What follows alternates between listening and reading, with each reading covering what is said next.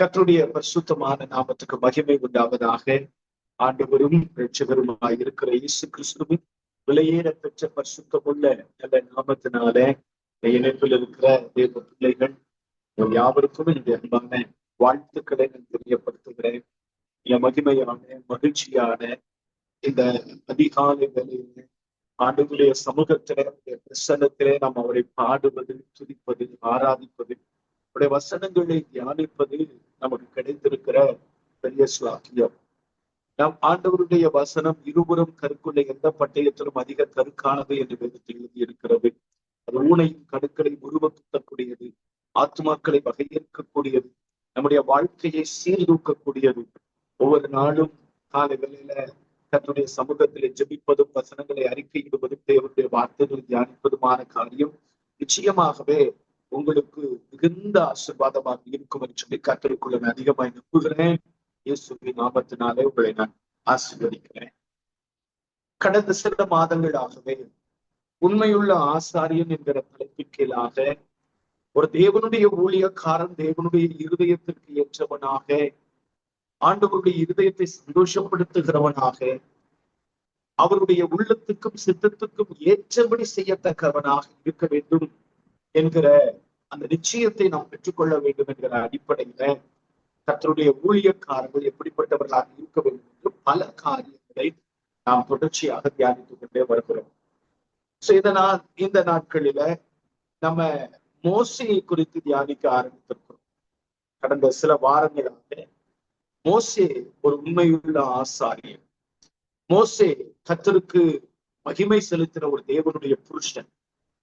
மோசேயினுடைய வாழ்க்கையில நம்ம கற்றுக்கொள்ளுகிறதுக்கு மிகுதியான காரியங்கள் இருக்கிறது என்கிறதன் அடிப்படையில கடந்த வாரங்களில மோசையை கர்த்தர் எப்படி காப்பாற்றினார், மோசையை காப்பாற்றுவதற்கு தேவன் பயன்படுத்தின 3 முக்கியமான நிலைகள் என்ன என்கிறது குறித்து பார்க்க. கடந்த வகுப்புல, கடந்த வாரத்துல மோசையை கர்த்தர் ஊழியத்திற்கு அழைக்கும் பொழுது மோசையினுடைய ஊழியத்துல மோசே என்னெல்லாம் சாக்குபோக்கு சொல்ல. நிறைய நேரங்கள்ல நம்மளை கர்த்தர் அழைக்கும் பொழுது நம்ம ஆண்டவருடைய ஊழியத்தை செய்யக்கூடாதபடிக்கு நிறைய சாக்கு போக்குகளை சொல்லலாம். ஆண்டவருடைய ஊழியத்தை எதிர்த்து இருக்கிறோம், அந்த அழைப்பை எதிர்த்து இருக்கிறோம். இதெல்லாம்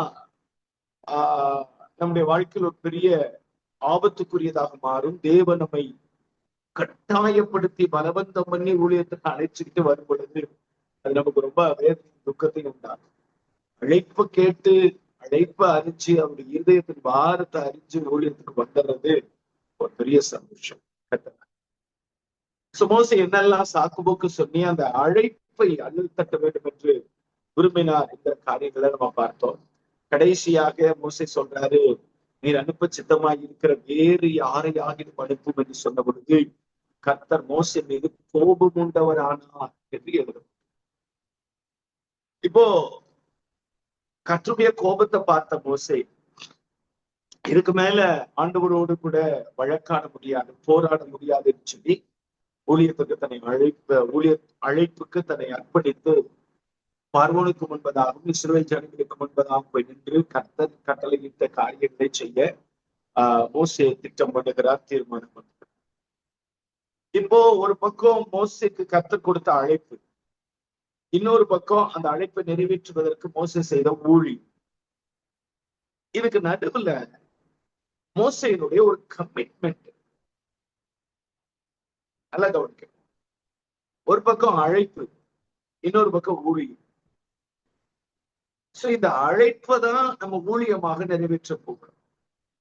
இந்த அழைப்பு ஊழியமாக மாற வேண்டுமானால் இதற்கு நம்ம ஒரு கமிட்மெண்ட்டுக்கு உடன்பட வேண்டியது, ஒரு ஒரு தீர்மானங்களுக்கு உட்பட வேண்டியது அவசியம். சும்மா கர்த்தருடைய ஊழியத்தை நம்ம செஞ்ச முடியும். ஏன்னா இது ஒரு இண்டஸ்ட்ரியில, ஒரு ஃபேக்டரியில, ஒரு கம்பெனில, ஒரு ஆபீஸ்ல யாரோ ஒரு ஒரு ஒரு ஒரு ஒரு மேனேஜர் அல்லது ஒரு மனிதர் நம்மள ஊழியத்துக்கு வேலைக்கு ஆள் எடுத்திருக்கிறாருன்னு சொல்லி அந்த வேலையில போயிட்டு நின்று நம்மளுடைய ஸ்கில்ல நம்ம டெவலப் பண்றதோ அல்லது அதை நம்ம வெளிப்படுத்துவதோன்னு காரியங்கள் கிடையாது. ஊழியங்கிறது கம்ப்ளீட்லி டிஃபரண்ட். இது முழுவதுமே வித்தியாசம். இந்த ஊழியத்தை செய்வதற்கு நாம நம்முடைய திறமைய, நம்முடைய அனுபவத்தை, நம்முடைய ஞானத்தை, நம்முடைய பலத்தை சார்ந்தெல்லாம் செய்யணும். இந்த ஊழியத்தை நிறைவேற்றுவதற்கு முழுக்க முழுக்க நமக்கு தேவை தேவனுடைய கிருபை. ஆண்டவருடைய கிருபை இல்லாம ஊழியத்துல நம்ம நிற்க முடியாது. கர்த்தருடைய கிருபை தான் நம்மள ஊழியத்துல அதிக பலத்தோடு ஓடுவதற்கு உதவியாக. அப்போ அந்த கிருபையை சார்ந்து கொண்டு இந்த ஊழியத்தை நிறைவேற்ற வேண்டுமான தேவன் நம்மகிட்ட எதிர்பார்க்கக்கூடிய சில கமிட்மெண்ட்ஸ், அந்த கமிட்மெண்ட்ஸ் மோசைக்கு தெரிஞ்சு. சோ அதான் இந்த நாள்ல நம்ம பார்க்க போகிறோம். மோசையினுடைய தீர்மானங்கள் அல்லது மோசையினுடைய அர்ப்பணிப்பு அல்லது அவருடைய பிரதிஷ்டை.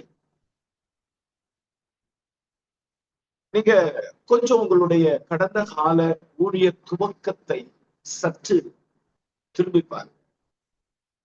மினிஸ்ட்ரிக்கு கால் வைக்கிறதுக்கு முன்னாடி நம்ம எல்லாருமே ஆண்டவர்கிட்ட ஏதோ ஒரு காரியத்தை நம்ம ஆண்டவர்கிட்ட, ஆண்டவர் நான் இப்படிதான் இருப்பேன், நான் இப்படிதான் வாழுவேன், நான் இப்படிதான் நடப்பேன், நான் இப்படிதான் செய்வேன் அப்படின்னு சொல்லி சில தீர்மானங்கள் எடுத்துதான் ஊழியத்துக்கு வந்து. தானியேல் ராஜாவின் போஜனத்தினால் தன்னை தீட்டுப்படுத்தல் ஆகாது என்று தீர்மானம் பண்ணா அப்படின்னு சொன்னா அது அப்ப பண்ண தீர்மானம் இல்லை. தானியேலுக்கு தெரியும் ராஜாவின் அரண்மனையிலிருந்து நமக்கு அழைப்பு வருது, அங்க போனா ராஜாவின் போஜனம் சாப்பிட வேண்டியது இருக்கும், ராஜாவின் போஜனத்துல தீட்டு இருக்குது அப்படின்னு சொல்லி முன்னதாகவே செய்த தீர்மானம். அந்த தீர்மானத்துல தானியேல் உறுதியாக நின்றதுனால கர்த்தர் தானியேலின் காரியத்தை செய்ய. நீங்க எல்லா வேதாகம புருஷர்களையும் பரிசுத்தவான்களையும் பார்ப்பீங்க. ஊழியத்தை துவக்குவதற்கு முன்பதாக நிறைய பேரு என்ன பண்ணிருக்கிறாங்கன்னு கேட்டீங்கன்னா, சில கமிட்மெண்ட்ஸ்க்கு உட்பட்டிருக்கிறாங்க, அர்ப்பணிப்புக்கு உட்பட்டு சில தீர்மானங்கள் செஞ்சிருக்கிறாங்க. அந்த தீர்மானங்கள் ரொம்ப முக்கியம். இன்னைக்கு உங்க தீர்மானமும் என் தீர்மானமும் தான் ஊழியத்துல தேவனுடைய கிருபையை பூரணமாய் பெற்றுக்கொண்டு ஓடுவதற்கு. சோ அந்த தீர்மானம், மோசேயின் தீர்மானம், அதுதான் இன்னைக்கு நம்ம பார்க்க போறோம். நம்முடைய வேதாகமத்துல எபிரேயருக்கு எடுத்துக்கொண்டிருப்போம். அதனுடைய 11வது அதிகாரம் தெரிந்த வசனங்கள் தான், சற்று கொஞ்சம் ஆழமா தியானிக்கலாம். எபிரேயர் 11வது அதிகாரத்தினுடைய 24, 25 மற்றும் 26 ஆகிய வசனங்களை நாம் வாசிக்கிறேன். எபிரேயர் 11வது அதிகாரம் 24 முதல் 26 வரையிலான வசனங்களை நாம் வாசிக்கிறேன். விசுவாசத்தினாலே மோசே தான் பெரியவனான பார்வோனுடைய குமாரத்தியின் மகன் எனப்படுவதை வெறுத்து அனித்தியமான பாவ சந்தோஷங்களை அனுபவிப்பதை பார்க்கிறோம். தேவனுடைய ஜனங்களோடு துன்பத்தை அனுபவிப்பதையே தெரிந்து கொண்டு இனி வரும் பலன் மேல் நோக்கமாயிருந்து எகிப்திலுள்ள பொக்கிஷங்களிலும் கிறிஸ்துவின் நிமித்தம் வரும் நிந்தையை அதிக வாக்கியம் என்று எண்ணினான். நம்ம சில தீர்மானங்களுக்கு உட்படணும் அப்படிங்கும் பொழுது எப்ப நம்மளால தீர்மானிக்க முடியும் அப்படின்னு கேட்டீங்கன்னா, இங்க ஒரு வார்த்தை பயன்படுத்தப்பட்டிருக்கு, இனி வரும் பலன் மேல் மோசே நோக்கமாக இருந்தார். நம்முடைய நோக்கம், அதை இன்னொரு வார்த்தையில பிப்ளிக்கல் வேர்ட்ல பேசணும் அப்படின்னா தரிசனம். எதை நோக்கி நாம் பிரயாணிக்கிறோம், எதை எதிர்பார்த்து களத்துல காண்பிக்கிறோம், நம்மளுடைய டார்கெட் லைன் எது, நம்ம எங்க போய் ரீச் ஆக போறோம், அந்த அந்த அந்த எதிர்பார்ப்பு, அந்த நோக்கம், அதுதான் என்ன பண்ணும் அப்படின்னு கேட்டீங்கன்னா நம்மளை அர்ப்பணிப்புக்கு உட்படுத்தும். நமக்கு ஒரு நோக்கம் இல்லை, ஒரு தரிசனம் இல்லை, ஏதோ கிடைக்கிற ஊழியத்தை செய்யறோம், போற இடத்துல பிரசங்கிக்கிறோம், ஜோம் பண்ண சொன்னா ஜோம் பண்றோம், வியாதியஸ்தம் வந்தா கைய வைக்கிறோம், காலத்தை முடிப்போம் அப்படின்னு ஓடுறவங்க இருக்கிறாங்க பாருங்க. அவங்க ஓடுவாங்க, அவங்கனால பரலோக ராஜ்யத்துக்கு இருந்த ஆதாயம் கிடையாது. ஒரு கட்டத்துல அவங்களுடைய ஓட்டம் நின்றும், அவர்களால் தொடர்ந்து ஓட முடியாது. அப்போ நம்முடைய ஓட்டம் ஜெயமுடன் ஓடி முடிக்கணும் அப்படின்னு சொல்லி சொன்னாங்க. We have to plan the target line, or நமக்கு அந்த அந்த அந்த அந்த தரிசன எல்லை அது நமக்கு வேணும். அதை நம்ம திட்டப்பட்டது. இதுதான் கர்த்தர் எனக்கு வைத்திருக்கிற நோக்கம். நான் இதை பிடிப்பதற்காக தான், இதை அடைவதற்காக தான், இதை பெற்றுக்கொள்வதற்காக தான் நான் பிரயாசப்பட போகிறேன் அப்படின்னு சொல்லி அந்த தரிசனத்தை, தேவனுடைய திட்டத்தை நீங்கள் நானும் திட்டப்பட்டேன். அதை பிடிக்கிறதற்காக பிரயாசம். பிலிப்பியர் 3வது அதிகாரத்தினுடைய 12வது வசனத்துல அப்போஸ்தலனாகிய பவுல் சொல்றாரு, நான் எதற்காக பிடிக்கப்பட்டேனோ அதை பிடித்துக் கொள்ளும்படி ஆசையாய் தொடர். எனக்கு ரொம்ப பிடித்த வசனங்கள்ல இந்த வசனமும் ஒரு வசனம். நான் ஏதோ ஒரு காரியத்துக்காக பிடிக்கப்பட்டிருக்கிறேன். நான் பிடிக்கப்பட்டத, எதற்காக பிடிக்கப்பட்டு இருக்கிறேன், அதைதான் நான் பிடிச்சுக்கணும். அதுக்குதான் ஊழியத்துல இதுதான் தரிசனம். மோசையை குறித்து வேதம் சொல்லுகிறது, இனி வரும் பலன் மேல் அவன் நோக்கம். இப்ப மோசைக்கு ஒரு டார்கெட் லைன் இருந்துச்சு. மோசைக்கு ஒரு பெரிய எதிர்பார்ப்பு இருந்துச்சு. மோசைக்கு ஒரு பெரிய நோக்கம் இருந்துச்சு. மோசை செய்ய விரும்பின ஒரு காரியம். மோசையுடைய பிரயாணத்துல மோசை எதிர்பார்த்து ஓடின ஒரு ஓட்டம். சோ உங்களுக்கு எனக்கும் அந்த நோக்கம், இனி வரும் பலன், இனி கிடைக்க போகிற பலன், தேவன் தரப்போகிற பலன், அது மேல நோக்கமா இருந்து நம்ம ஓடுவோம் அப்படின்னு சொன்னா நிச்சயமாகவே நம்முடைய ஓட்டம் ஆசீர்வாதமா.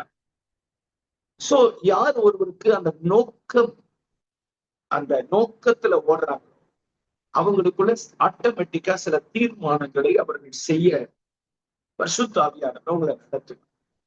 மோசேக்கு ஒரு நோக்கம் இருந்தது. மோசேக்குள்ள ஒரு 4 அல்லது 5 தீர்மானங்கள் இருந்ததாக இந்த வேத பகுதி நமக்கு போதிக்கிறது. 1 by 1 நம்ம பார்க்க போகிறோம். நம்பர் 1, முதலாவது காரியம் 24வது வசனத்தை பாருங்க. மோசே தான் பெரியவனாக பார்வோனுடைய குமாரத்தியின் மகன் எண்ணப்படுவதை வெறுத்தான். நம்பர் 1, முதலாவது. ஒரு தேவனுடைய மனுஷன் தேவனுடைய நோக்கத்தை, தேவன் தந்திருக்கிற நோக்கத்தை அவன் அடைய வேண்டும். அவனுக்குள்ள இருக்க வேண்டிய முதல் தீர்மானம் என்ன அப்படின்னு கேட்டீங்கன்னா, தன்னுடைய அந்தஸ்தை வெறுக்கிறவனாக, அல்லது உலக அந்தஸ்தை வெறுக்கிறவனாக. இன்னைக்கு நிறைய நேரங்கள்ல நம்முடைய ஊழியர்கள் எங்கே பாதிக்கப்படுகிறது அப்படின்னு கேட்டீங்கன்னா, நம்ம எல்லாருக்கும் ஒரு அந்தஸ்தை விரும்புறோம், ஒரு அந்தஸ்தை எதிர்பார்க்கிறோம். ஒரு ஒரு இந்த சமுதாயத்துல ஒரு உயர்ந்த நிலையில இருக்கணும், 4 பேர் நம்மளை கனம் பண்ண, மேன்மையா நினைக்கணும், உயர்ந்த நிலையில நம்மளை பார்க்கணும் அப்படின்னு சொல்லி நிறைய நேரங்கள்ல நம்ம என்ன செய்யறோம் கேட்டீங்கன்னா, மனிதர்களுக்கு முன்பாக உண்டாகிற மேன்மையை விரும்பி எதிர்பார்த்து அதற்கு பின்னராக எல்லாம் கவனிங்க. ஒரு நாள் உலக மேன்மைகள் சமுதாயத்திற்கு முன்பதாக, மனிதர்களுக்கு முன்பாக இருக்கக்கூடிய அந்த மேன்மைகள் நம்மள தேவனுடைய ஊழியத்தை பலத்தோடு செய்வதற்கு உதவியாக இருக்கு. சில நேரங்கள்ல ஆண்டவரே நம்மளை மேன்மைப்படுத்துற, உதாரணத்துக்கு யோசேப்பை கர்த்தர் தான் மேன்மைப்படுத்தினார், எஸ்தர் ராஜாத்திய கர்த்தர் தான் மேன்மைப்படுத்தினார். நம்மளை சில நேரங்கள்ல ஆண்டவரே மேன்மையா வைப்பார், ஆண்டவரை உயர்த்தி வைப்பார், கனம் பண்ணுவார். தேவன் நம்மளை உயர்த்துறாரு அப்படின்னு சொல்லி சொன்னார். அந்த ப்ராசஸ், தேவன் நம்மளை உயர்த்தி வைக்கிறார் பார்த்தீங்களா, எந்த இடத்துல கொண்டு போய் வைக்கிறாரோ அந்த இடத்துல நம்மளை கொண்டு தேவன் செய்ய போகிற வேலைகள் அது வித்தியாசமான நடத்துதல் அது தெரியும். நாம விரும்புகிற சில அந்தஸ்துகள், மேன்மைகள், 4 பேருக்கு முன்பதாக கனத்துக்குரிய நிலையில இருக்கணும் அப்படின்னு சொல்லி நாம் எடுத்துக்கொள்ள விரும்புகிற சில பதவிகள். இதுல ஒரு பெரிய பரிதாபம் என்ன அப்படின்னு கேட்டீங்கன்னா, இது ஊழிய வட்டாரத்துக்குள்ளேயும் நிறைய பேருடைய ஆவியை பிடிச்சு வச்சிருக்கு. ஆனா நிறைய ஊழியர்களோடு கூட மிக நெருங்கி பழகுது. என்ன பாக்குறேன் அப்படின்னு சொன்னா, ஒரு அமைப்பு இருக்கு அப்படின்னு சொன்னா அந்த அமைப்புல தலைவரா இருக்கணும்,